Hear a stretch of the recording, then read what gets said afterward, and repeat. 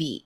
नीता का परिवार उसकी शादी कराना चाहता है, पर नीता को अपने बॉयफ्रेंड से ही शादी करनी होती है, जिसके लिए परिवार तैयार नहीं होता। इन्हीं सब उलझनों के बीच नीता के पापा उसकी मर्जी के खिलाफ राघव और नीता की शादी करा देते हैं।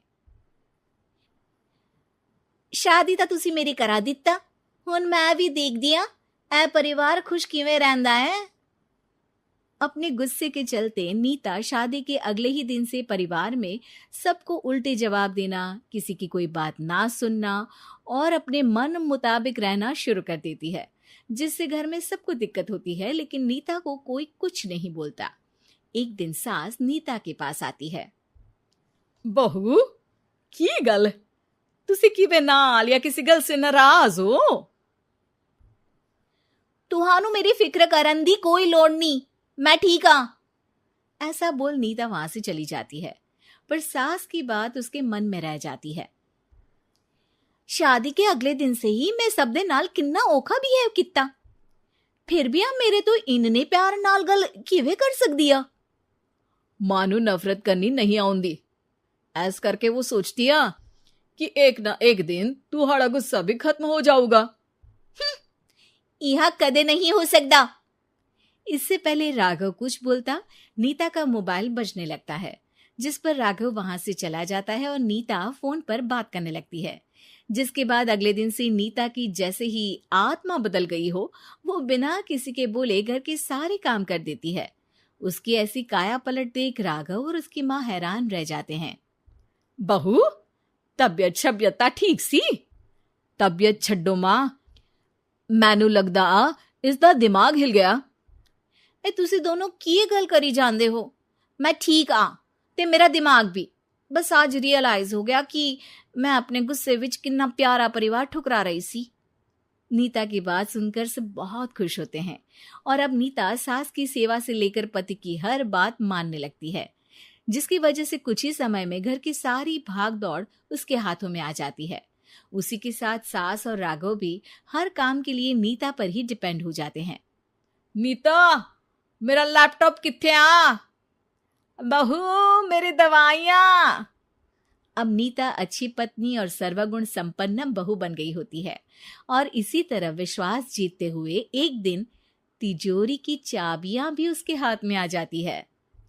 ऐ हुई ना गल, हुन आएगा जिंदगी विच स्वाद।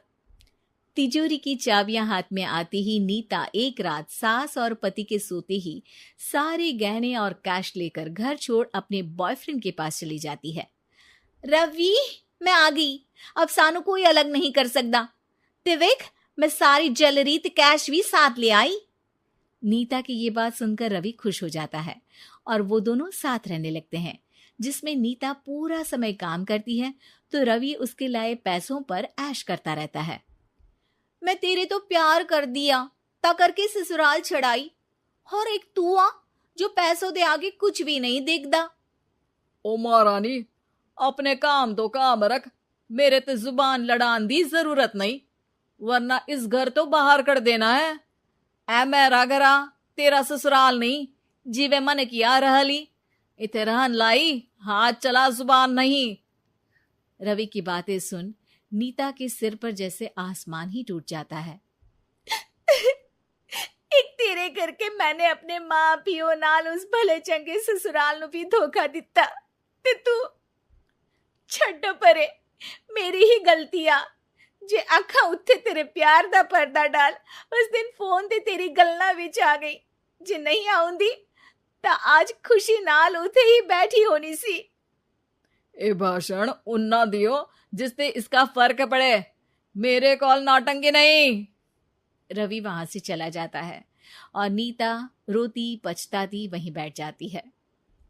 हाय रब्बा, ए मैं की कर दिता, उस घर विच भी वापस नहीं जा सकती। एक ता घर छोड़ा नाल चोरी भी की, कोई मेहणु माफ नहीं करूंगा। घर कैसे वापस जाए इसी डर से नीता रवि का घर छोड़ नहीं सकती। इसी तरह दिन बीतते हैं और उन्हीं के साथ हालात बद से बदतर होते जाते हैं। अब रवि पैसों और अपनी मनमानी के लिए नीता के साथ मारपीट भी शुरू कर देता है, जिससे परेशान होकर एक दिन नीता उसे छोड़ अपने ससुराल वापस आ जाती है, जिसे वहां देख राघव गुस्से से लाल हो जाता है। हूं थे की लेना या हमारी जिंदगी के साथ घर था तो पहले ही बर्बाद कर गई सी। जान दिया, मेरी गलती माफी लायक नहीं। मैं कमली सी उस ढोंगी नु सच्चा प्यार दे, इस सच्चे प्यार नु बोझ समझती बैठी। मैनू माफ कर दो। जे मेरी नूर रानी समझ गई या कि उस तो गलती हुई या, फिर किस बात का रुसना मनाना। केड़ी नूर रानी? रानी बोलन जोगा इसने केड़े झंडे गाड़ दिए? मां याद कर, तेरे घर बिच चोरी कर बहू ते पत्नी सब रिश्ते तोड़ भाग गई सी। और फिर की मानता रहिया, गलती हो गई सी। एक गलती ता रब भी माफ कर देता, ते तू और मैं ता सिर्फ इंसान ही आ। माफ कर दे, मैं बोल रही आ, ये दोबारा कदी कोई गलती नहीं करेगी। इसदा नहीं ता मेरा ही भरोसा कर ले। ठीक आ, जिवें तुहानू ठीक लगे, पर इसे बोल दे मेरे कोलो कोई उम्मीद ना रखे। तुसी जीवे कहोगे। अब सास हर रोज राघव को मनाने की कोई ना कोई नई तिकड़म बताकर नीता को उसके पास भेजती रहती है, जिससे कुछ समय बाद नीता का पछतावा और कोशिशें देखकर राघव भी उसे माफ कर देता है।